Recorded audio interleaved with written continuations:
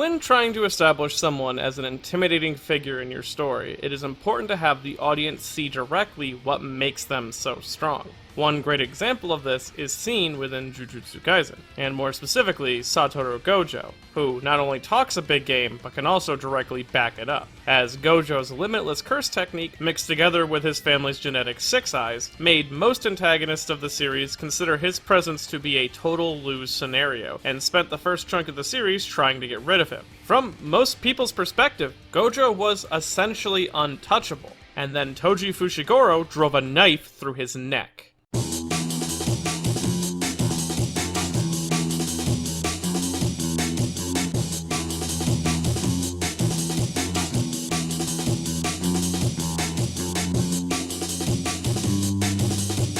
Toji Fushiguro is a reoccurring presence throughout the entire story of Jujutsu Kaisen, from fathering one of the main leads to working as a top-of-the-line assassin, and finally becoming a black stain on his birth family's lineage, as Toji was originally born a member of the famous Zenon clan. Though they all looked down on him for his lack of curse energy and reliance on curse tools when it came to exorcism, he turned this perceived weakness of his body into one of his most deadly weapons, which earned him the title of Sorcerer Killer. As well, it is his actions that would go on to be some of the most impactful in the entire series. Though, before we get too deeply into that, let's first understand the meaning behind his name and design. Now, the name Toji Fushiguro, like all other characters in Jujutsu Kaisen, hold with it a special meaning that ties back to the character in some way. Firstly, we have the name Fushiguro, which fits Toji rather well, as when broken down, it essentially means to crouch or hide in darkness. And while this was likely initially picked more for his son, it still matches up perfectly with Toji's own ability to hide his presence from other sorcerers due to his total lack of curse energy, lurking in their shadows, and only one person has ever been able to sense him. Now, his given name of Toji actually has a double meaning to it, as depending on how Toji is written, the name can either mean someone who is useless, which may be how a lot of the members of the Zenon clan viewed Toji due to his previously mentioned lack of curse energy, yet Toji's name is written using a different character instead, which changes the entire meaning of it, as the characters used to write this name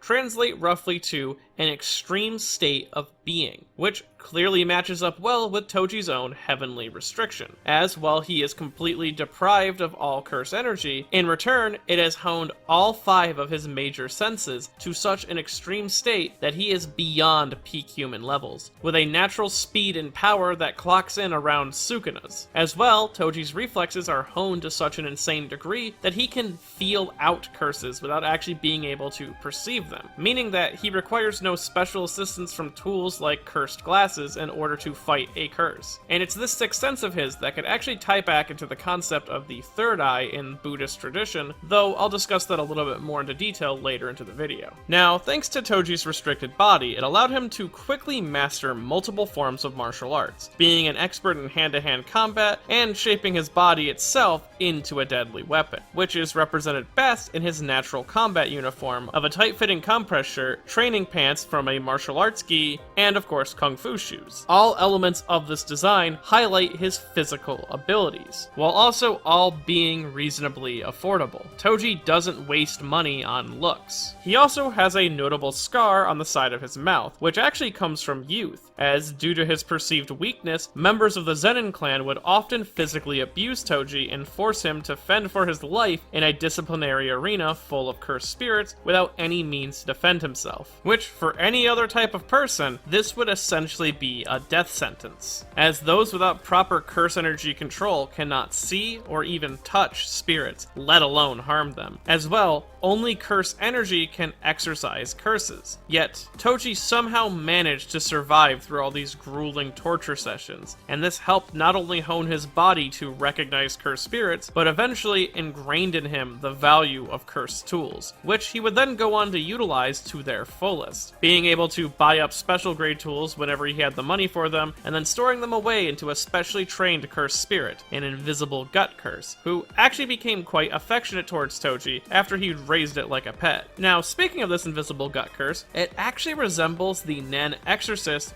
Sabagane's own Nen-eating beast from the Greed Island arc of Hunter x Hunter, as not only do they share a similar build, but they both wrap themselves around their user and devour curse energy. Not to mention, one of Jiji Akatame's own biggest influences in his career was that of Hunter x Hunter. Now, the storage space of the cursed spirit is unknown, but it's effectively bottomless from what we see in the series, as Toji was able to store an entire swarm of fly heads in the cursed spirit. This ability is also rather similar to how the 10 Shadows technique was utilized by his son later in life, and I feel like that is intentional, and as well is slightly reinforced if you follow the timeline of events, as Toji's usage of it later inspires Geto to use it to store the Playful Cloud. The Playful Cloud is then stored into Megumi's shadow in a way that makes Maki sort of uncomfortable, because it reminds her of Geto, who is carrying it in a specific fashion because of Toji's influence. So, he indirectly influenced his son in a way, which I think is interesting. Though this isn't the first time and it won't be the last.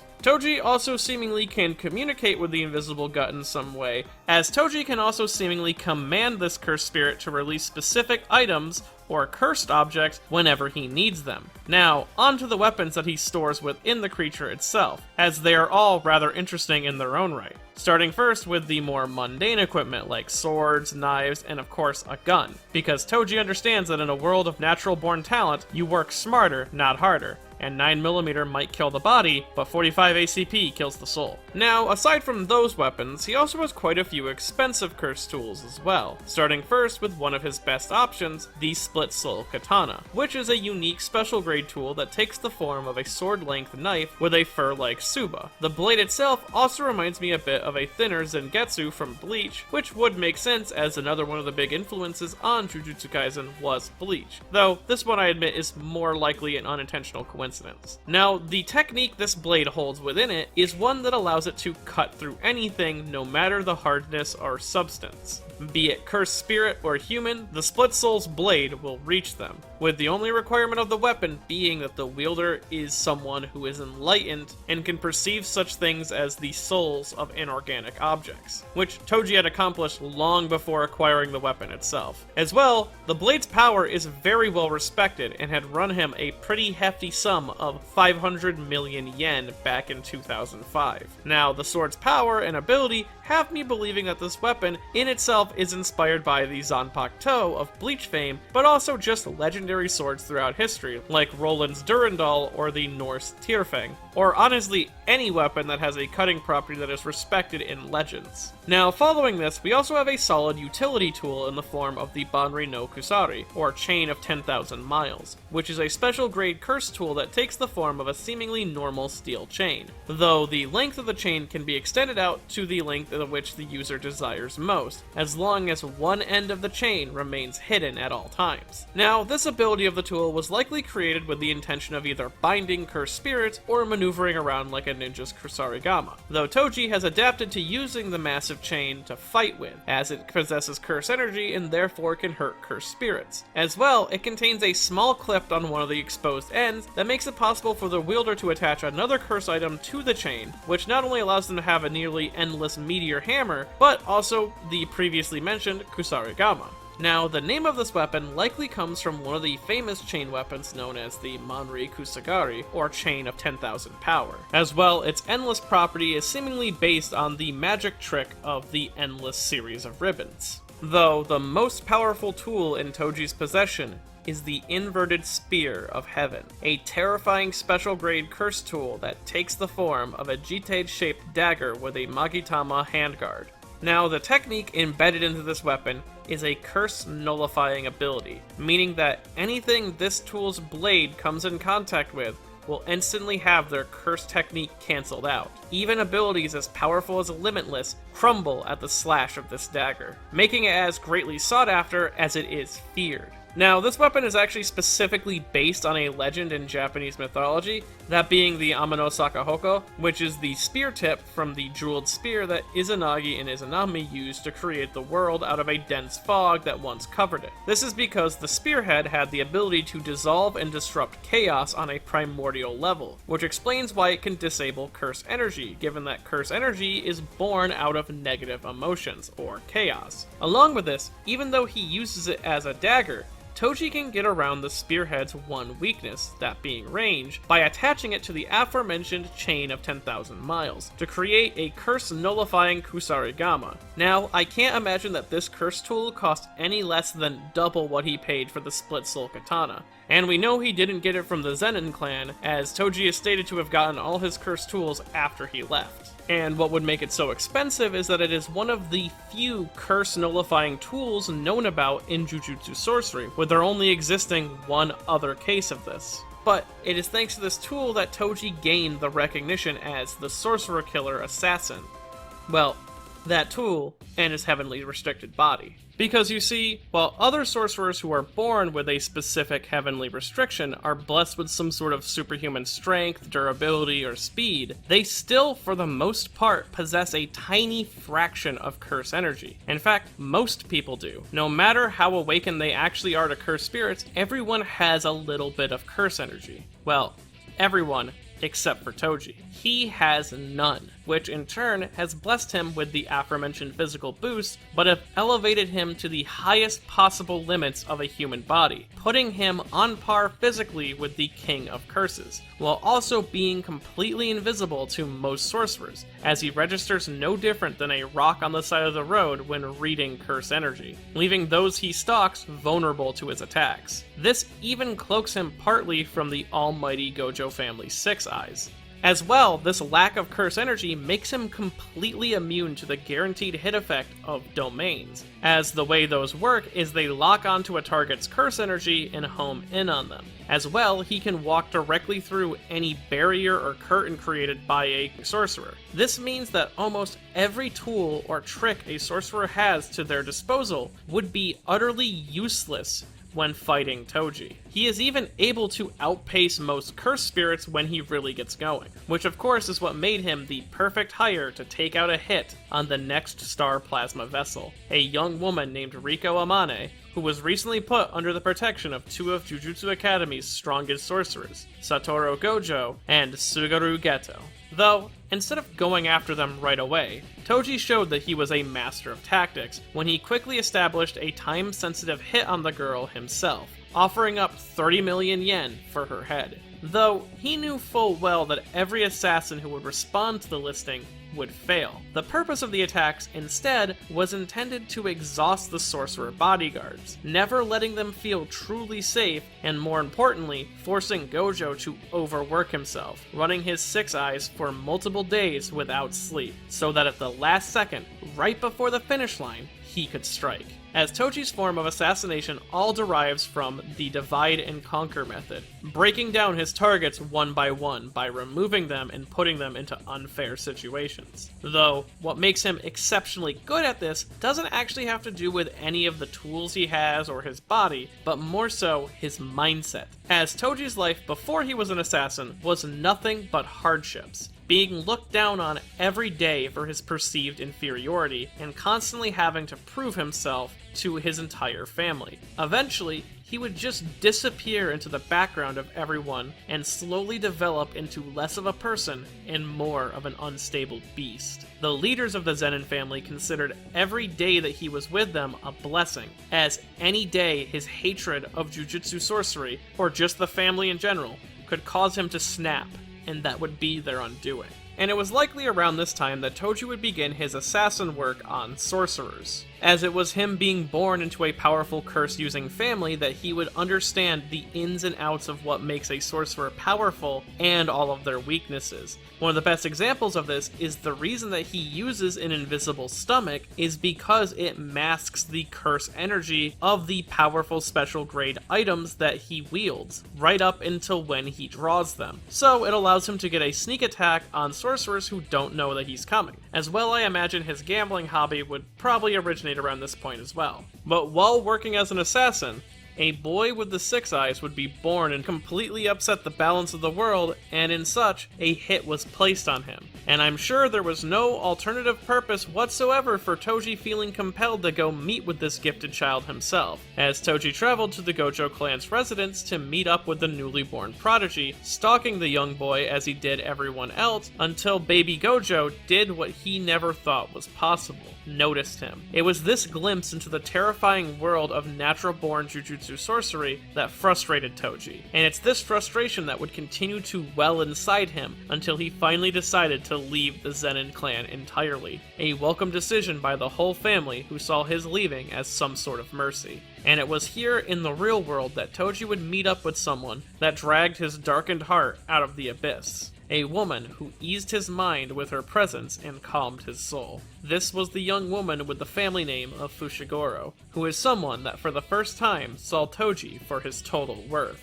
and he could even see himself settling down with. Eventually, the two would marry and he would take on her last name, abandoning his old life entirely, even eventually choosing to have a child with her. It was this time in his life that Toji considered to be so special that he decided the child should be named Megumi, or Blessing. Hence, his son was born, but soon followed complications, as the woman who gave Toji this wonderful new purpose in life passed away due to unknown reasons after Megumi's birth, and it was from here that Toji would begin to wander from woman to woman, wooing hearts and putting food on the table and roofs over their heads, until he realized that this was not the life that she would have wanted for their blessing. So Toji would soon reach out to the clan that he had all but forgotten, with the hopes that they would take on Megumi if he developed sorcerer abilities early into his childhood. And with that, the last woman he would have a direct relationship with is the mother of Sumiki Fushigoro, who he left his son in the care of before soon fully abandoning both, with the purpose being to separate himself from all attachments, essentially snubbing out the last part of him that could be detected or tracked, his pride. Toji would remove himself from everything, a family, a clan, a stable life, all in order to achieve a consistent level of self-sufficiency. For lack of a better term, Toji Fushigoro had left everything behind to achieve enlightenment, as enlightenment, at least within the teachings of Zen Buddhism, is an unattachment to all worldly things, with a goal of eventually separating yourself from the life cycle or suffering as a whole. As well, to reinforce this connection to Zen Buddhism and enlightenment, there also is another term that is often used in Zen practices as a replacement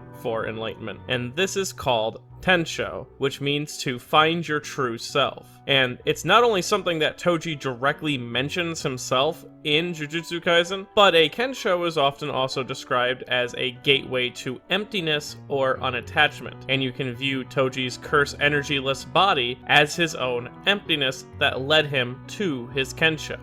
Which may seem strange, as Toji at first glance seems like someone who is drowning in vice, while in reality, he doesn't hold on to much, as while he does gamble, he doesn't do it to make it big. He simply does so because it passes the time and he holds money at no real value. He also doesn't drink or smoke, meaning that he is removed from the most common forms of addiction. He also only seemingly works to make enough money so that he can coast till the next time he needs to take on a big job. He doesn't really want for anything either, as while he does enjoy luxuries like expensive food or private jets after a mission, he doesn't view these things as necessities. I mean, the man's favorite food is just meat and offal, which is just butchered animal internal organs. He is not exactly a wantful individual. In fact, he doesn't care about life in the same way other people do. And it's this that has made him such a terrifyingly efficient killer, striking without mercy, and eventually he would forget his own life, including his own son's name. Though, after his final job, he found himself standing before the same kid from all those years ago, the one he thought he had utterly trounced with his wear-down tactics. But now, this boy had reached an enlightened state of his own. Gojo had achieved full mastery of the limitless curse technique and was looking for a run back from their last fight. Now, normally, Toji would deny such an unfavorable fight, but there was something that he just couldn't shake, an uneasiness that he hadn't felt in years. Part of him was screaming that he needed to prove himself here. He needed to prove he was better than Gojo. No. This calling was bigger than just one man. He needed to prove that he was better than the whole of Jujutsu sorcery, and the six eyes wielding limitless curse technique prodigy was the perfect icon to crush in order to prove himself. And these feelings, this battle, all came from a selfish desire, something he hadn't wanted for in so long. But it was this desire that broke the fragile balance of his attachmentless life and costed him everything, as the moment he chose the fight, he created his own undoing. Gojo even seals this end with the phrase that might have once described Toji, but now Gojo claims it as his own. This of course being Tenjo Tenge Yuaiga Dokusan, or Through Heaven and Earth, I alone am the Honored One, a phrase used in Zen Buddhism to describe the Buddha himself, and it only follows that Gojo, after uttering this phrase, would awaken to Hollow Purple, a move that represents the destructive emptiness in all things, and the man who taught him the skills required to accomplish it was empty in his own way. Yet, when the dust clears, Toji doesn't offer any last words. He simply thinks to himself that he wished he'd buried his pride fully in the end. Though, he does inform Gojo about his son's existence, and how he'll soon be snatched up by the Zenon clan in a couple of years, before ultimately passing on. Though if you thought death was enough to keep this man down, you'd be dead wrong, as Toji's desire to crush Jujutsu society would not go unanswered. In fact, he not only successfully assassinated the Star Plasma vessel, but corrupted Suguru Geto's morals and enlightened Satoru Gojo. All of these were important to set into motion the events that would change the world. One man, with no particular special powers, walked into the biggest moment in history and shattered the chains of fate, keeping everything afloat. Toji is the single most important man in the whole story of Jujutsu Kaisen. Without him, almost every major player's grand plan would have been utterly ruined. Kenjaku wouldn't have a body to steal, Gojo wouldn't be half as strong as he is now, and Tengen's succession would have been completed. Even Sukuna would likely have remained sealed for a good while, as if it was not for Fushigoro, Yuji wouldn't have gone back to the school and ate the finger to save his classmates. Everything can be traced back to this man in one way or another. But it doesn't even stop there, as in Toji's death, he would create utter chaos amongst the Zenon clan using his son, as the man he met with that day to sell his son was none other than the current head of the clan at the time, Nobito Zenon,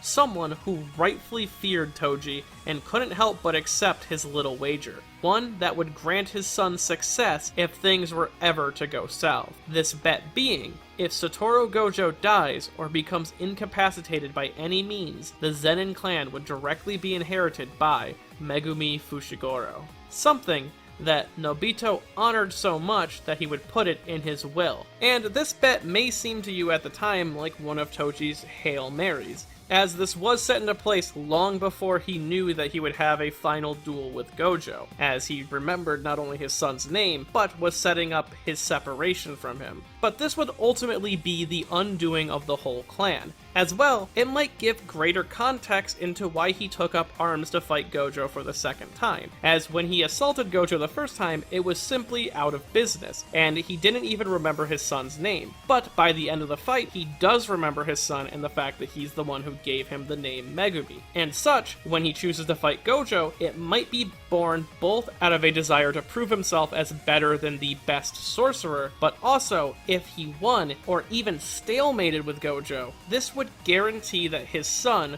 would find success in the Jujutsu world, successfully toppling both of his most hated organizations with one fell swoop. Though something that he couldn't have possibly predicted was that Gojo would end up getting sealed by another means and creating a huge internal war amongst his former clan. Though his meddling from beyond the grave doesn't end there, as during Halloween night in Shibuya, a body-stealing curse user would unknowingly unleash a horrific threat onto the city. Using her seance technique, she called forth the physical body of Toji Zenon, all to overlap with her grandson's body, but she was careful. The woman made sure not to recall Toji's soul. This way, her grandson would be gifted all the powers of the Zenon family's top-rank assassin without fearing his ego death. Though, the body alone of Toji Zenon was too much to toil with. It is such a unique beast that it completely overwhelmed and even erased the grandson's soul, essentially reviving Toji from the dead in a state of confusion and almost blind fury. Worst of all, the seance technique does not stop if the woman dies, and while it is supposed to burn out after a while, based on the own body's curse energy usage, since Toji's body erased the original soul and required no curse energy of its own to maintain its form, Toji Zenon was essentially revived in a body which would never tire and could keep fighting until someone put it down. As well, I think it's great that this whole scene happens during the Shibuya incident, because it entirely rejects the ideology of Mahito, who believed that the soul dictated the body's shape, yet Toji's body completely deletes the soul. But anyways, the newly revived Toji would begin attacking and killing whoever he perceived as having the strongest amount of curse energy at that given moment, even beelining it for the natural disaster curses that everyone else had been fighting, and more specifically entering Dagon's domain willingly and then directly taking the playful cloud from Maki without feeling any resistance. Now using its power amplifying abilities, he would smash through any attacks coming his way and eventually turning the rods of the playful cloud on themselves, banging them together in such a fashion that it would bend and warp the metal into a strength-multiplying spear in which he used to shred through the cursed spirit. And then he would eventually turn his sights on his own son. And in their brief exchange of blows, Toji's body would begin to remember something. The wish that he had for his son to either live a life as a Zenon at the top, or become a free man with the name Fushigoro. And in this memory, his rage subsided, and finally he regained full control over his near-immortal body, and he asked his son one last question: what his name was. And in learning that Megumi did not become a Zenon, but instead followed his own path, keeping the name of the woman who saved Toji all those years ago, Toji ends the fight on his own terms, killing the host body along with himself. Akatame did clarify as well that Toji's choice here was to die out of his own volition, as he saw no value in living in this world now, which of course works with his enlightened state, but also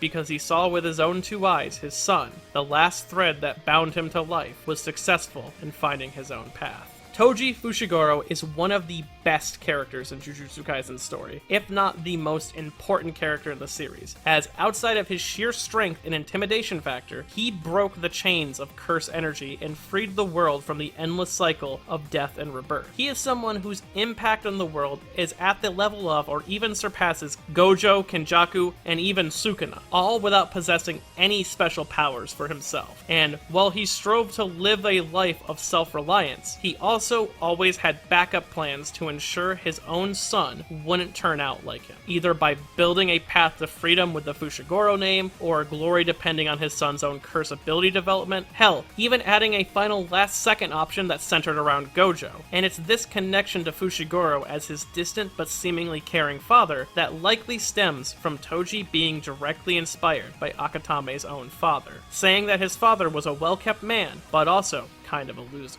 Oh, and you thought Toji was done there? Well, sort of. Toji's influence on the series from this point on is more so in comparison to other characters, though there is a funny trend going on that Jujutsu Kaisen fans have noticed, and that's that when a powerful character in the series begins a fight, one of the two fighters will often be wearing an outfit that resembles Toji, or in the case of Gojo, directly the same outfit. But the problem with this is that those who dress like Toji tend to share a similar fate to him as well, which, given what's going on in the most recent arc, it has me on my toes if the Toji curse will actually strike again. As well, in the same vein, Toji's impact has left room for many developments. One key thing is the location of the inverted Spear of Heaven, which is only known to Gojo and may factor into one of the most recent arcs. But also, Toji's will was succeeded by another one of my favorites, that being Maki Zenon, right down to her using a replica of his main weapon. And, of course, his son is even gone on to be one of the major players in the final arc of the series, and I wouldn't be surprised if Toji's name or actions comes up again, because nothing can keep this man down. And if you enjoyed this video and want to see more videos like in the future, I have a Patreon at patreon.com/MediNotTheBadGuy. Every little bit helps keep this channel flowing as smoothly as it does. And if you want to awaken to your own heavenly restriction, I bet you can find it by watching Shimoneta, a Borg Order of the Concept of Dirty Jokes doesn't exist at, byshimoneta.com.